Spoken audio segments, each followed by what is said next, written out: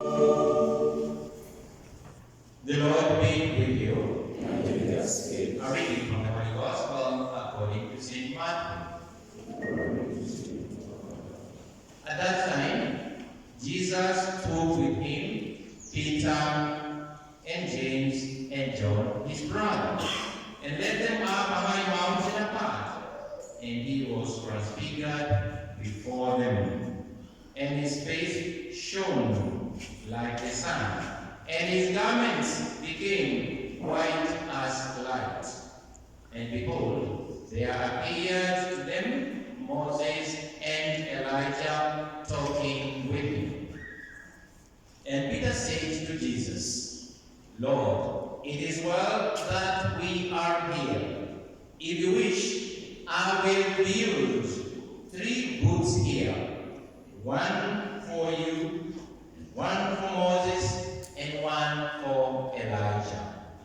He was still speaking when, behold, a bright cloud overshadowed them, and a voice from the cloud said, This is my beloved Son, with whom I am well pleased.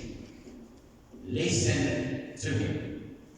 When the disciples heard this, they fell on their faces and were filled with awe. But Jesus came and touched them, saying, Rise and have no fear. And when they lifted up their eyes, they saw no one but Jesus only. And as they were coming down the mountain, Jesus commanded them, Tell no one the vision until the Son of Man is raised from the dead.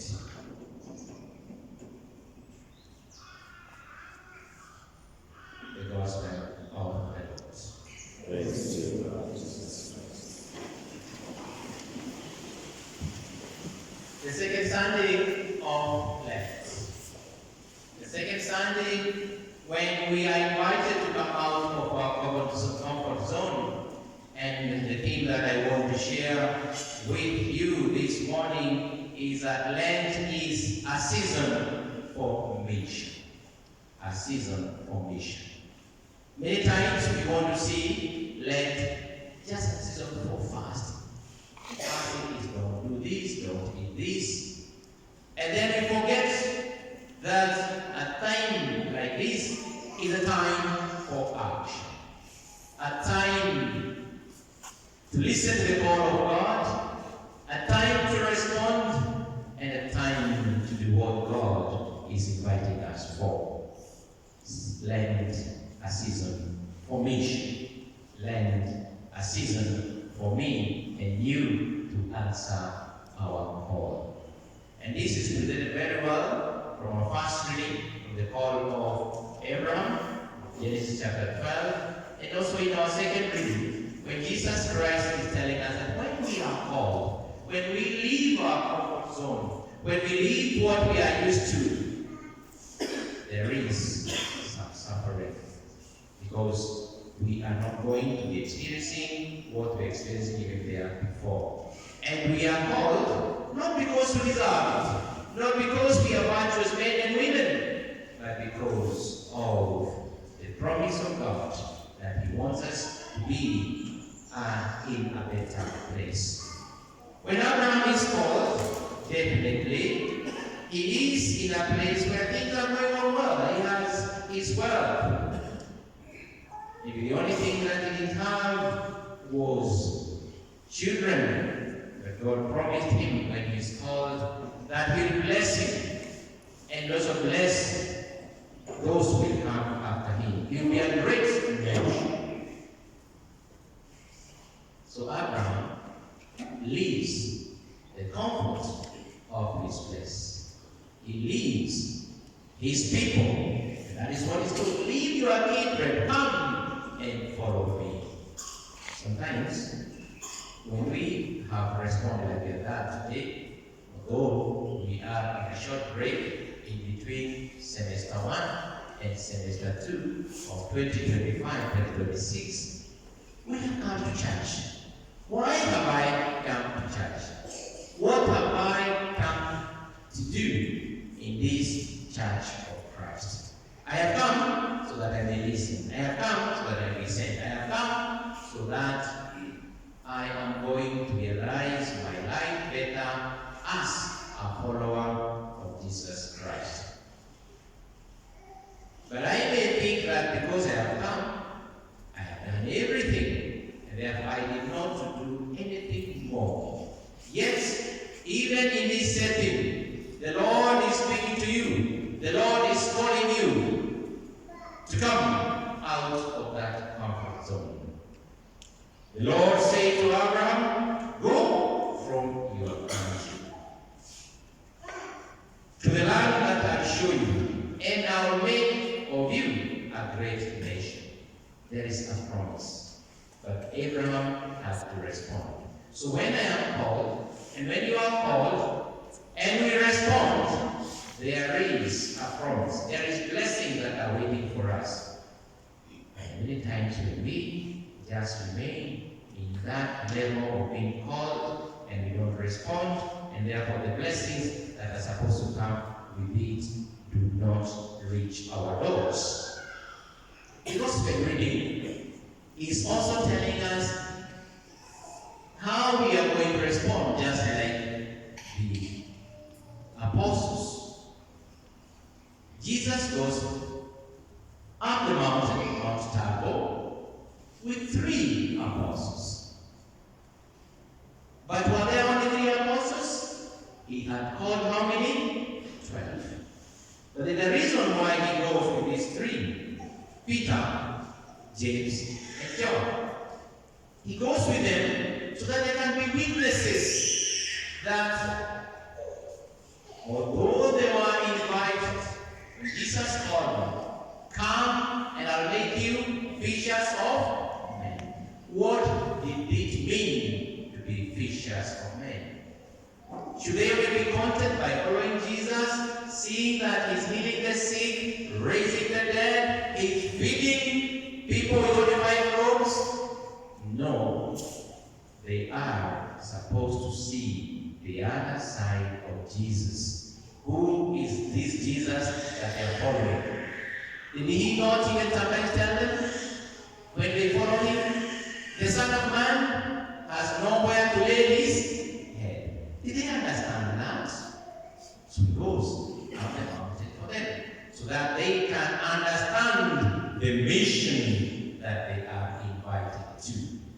They have responded their call, they have left everything and followed. But what is their mission? He's saying, Lent is a season for me. So what is this mission? Abraham is called so they can be a great nation. And he's told to be blessed. Those who curse him, they will be cursed. But those who bless him, they will also be blessed. So Abraham went as the Lord had told him. Abraham responded to the call of the Lord. Peter, James, and John, at the invitation of Jesus, they are there on the mountain.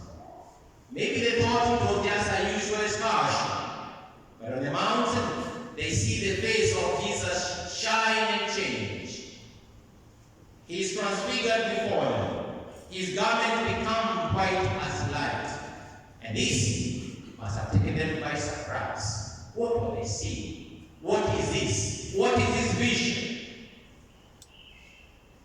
And to add to all this spectacle, there appears Moses, there appears Elijah. And they are talking to Jesus. The gospel does not tell us what they were talking, but it says they were talking to him, talking to Jesus. And at this moment, Peter now sees himself at the top of things. And he says, I think this is what the Lord was calling me for. And he says, if you wish, because I see this is a very good place. It's a good place to be. Lord, it is well for us to be here on this mountain, to see your face, to see this light, and even to see Elijah. and you see Moses, say Jesus. Now he starts thinking that is what the Lord wants. He wants to make a mission for himself, forgetting that it is not him who called himself. He was called by Jesus and told, I'll make you fishers of men. So what does he want to make now? He wants to make how many boots? 3 boots. So he wants to leave what he was called for, to be a fisher of men. He wants to be a maker of boots. If you wish, I can make 3 boots. One for you, one for Moses, and one for Elijah. And he thinks that is a great thing that he can do. But as he prepares to do this, what happens? A bright cloud overshadowed them, and this bright cloud made them fall. And when they fell, then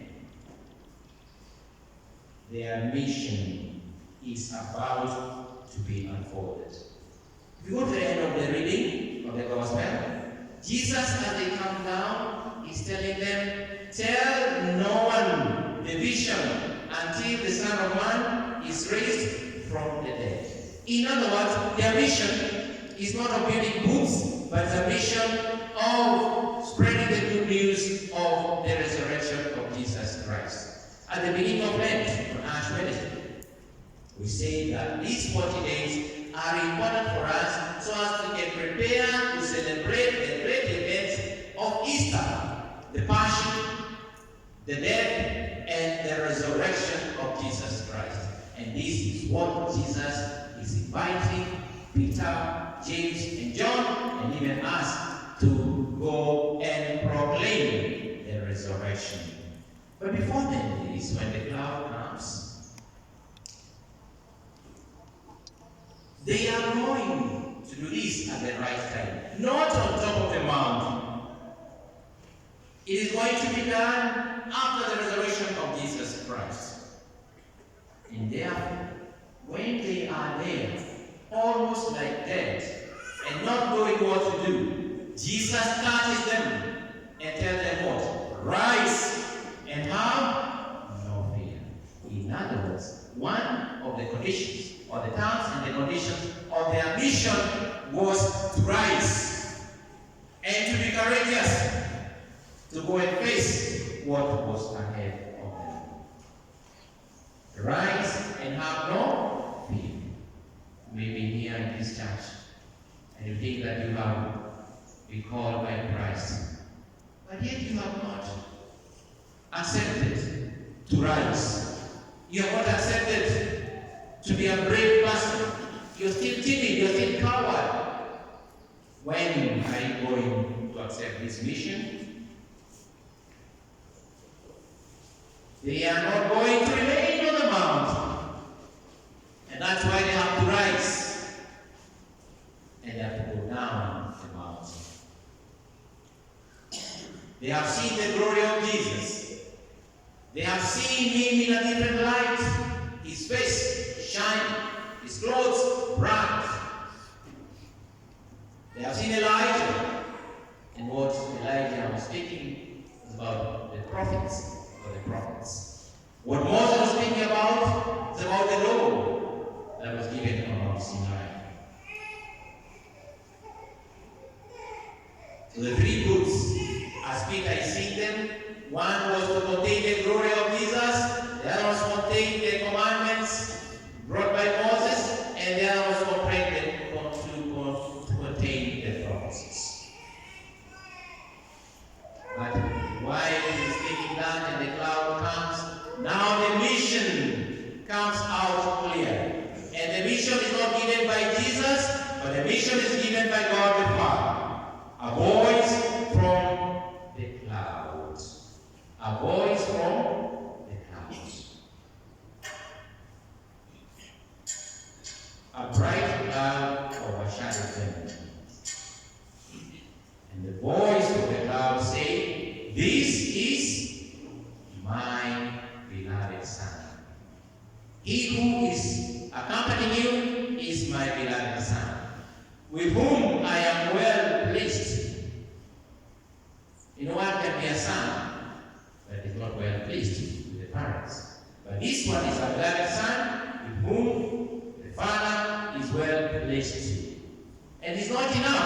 just talk about he's well pleased with, but he adds something else that the apostles, that me and you are going to do every day. Listen to him. Listen to him. So they have to go down with Jesus and listen to him. But how are they going to listen to him? Yes, he's preaching the good news with a lot of authority. He's confronting the Pharisees and the chief priests. But going down the mountain, my brothers and sisters, implies that they have to pass the path that Jesus will pass. They have to go through rejection, opposition. They have to be arrested like Jesus. They have to be killed or murdered. But before that, to be denied by the people who are close to them. Peter, who is up on top of the mountain, is the same one who denied Jesus, isn't it? But he said, I do not know him.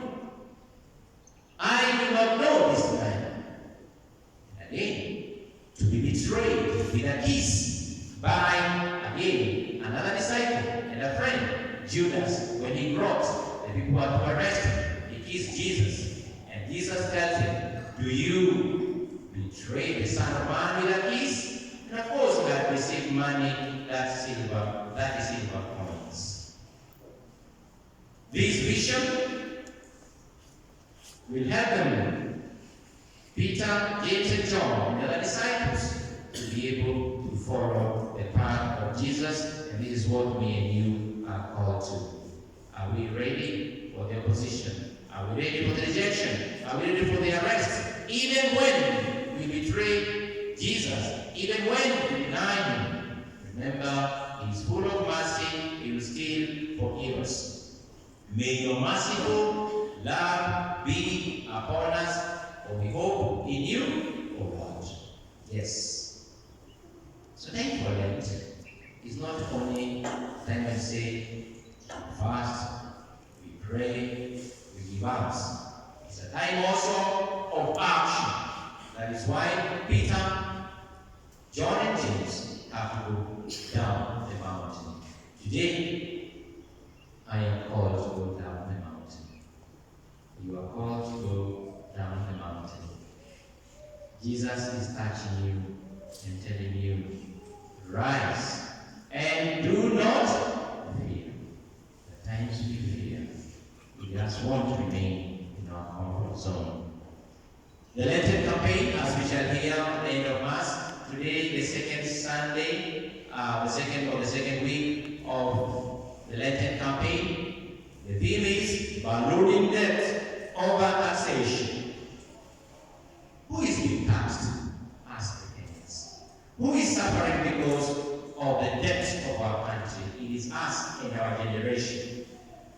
Sometimes you're just there, complacent, quiet, and not even raising a voice.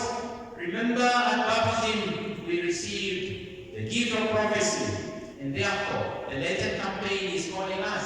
One of the actions is to raise our voices. It is easy when we as a church see people who are hungry and go and feed them. Because that is one of the things that Jesus Christ asked, isn't it? I was hungry, you never gave me to eat. I was in hospital, you never came to visit me. But then, in the time of Lent, a time of mission, as prophets, we are also being called to ask, why is this person in the hospital not getting the correct medication? Why are these children in school not being able to get the right textbooks? Why are we having roads that are not completed? Why do we have potholes? Why are people not having electricity? When we ask like that as a church, when we give those who are poor food and clothe them, the government applauds, oh, the church is doing well. But when the church asks, why are people hungry? Why are the roads having potholes?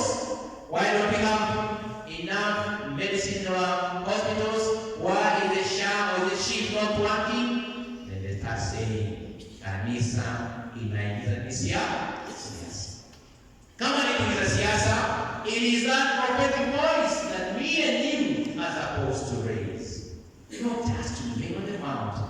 That is why Jesus is telling us, rise, do not fear, let us go down the mountain. Just like Abraham, let us not fear to go to new places. Like the apostles, let us go down. So where am I? Will I just keep quiet? Niendelee kuinama kama wazazi wangu hawezi ku provide for me because of their taxation, because of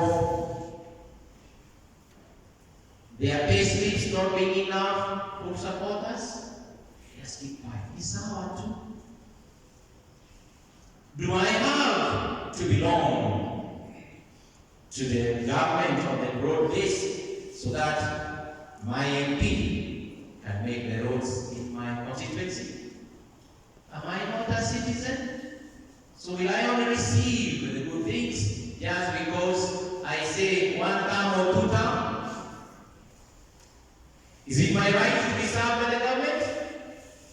Is it your right to be served by the government? Yes, it is. But will you be served just because your MP is singing 2 terms? So if you have MP says 1 term, then the roads in your position are not going to be taken care of. Justice is telling us we have to rise up, not be afraid, and speak out. This is the mission that is ahead of us. It is good to give the poor. It is good to clothe the hungry, to clothe the naked. But we also need to ask, why are they hungry? Because of the debts in our country. What shall we do? We shall hear in the presentation of this week 2 that we need to change ourselves. We need to transform ourselves. We transform ourselves now, like Abraham, moving from the known to the unknown, so that we can spread the good news of the resurrection. The resurrection has no meaning for us if we are still going to be oppressed. That is why we need to rise and have no fear. And we need to listen to the voice of God all the time. This is my beloved Son, with whom I'm well pleased. And how does the voice end? Listen to him. How am I listening to this voice of God? And how am I responding? Or just there, saying my Hail Marys, come for adoration, and go away. Nasema ni shauri ya Mungu tu. Tuendelee kuteseka? No. Mission, rise up and defend, transform ourselves, that we can transform this great country, because as Christians, we also have a role to play. We have a role that invites us to rise, be courageous, and transform ourselves and our country, because we have listened to the voice of God. Let us therefore spread the good news of the resurrection, knowing that there is going to be opposition, but this opposition is the one that's going to make us triumph. Listen to him. Listen to the voice of God. Listen to the gospel.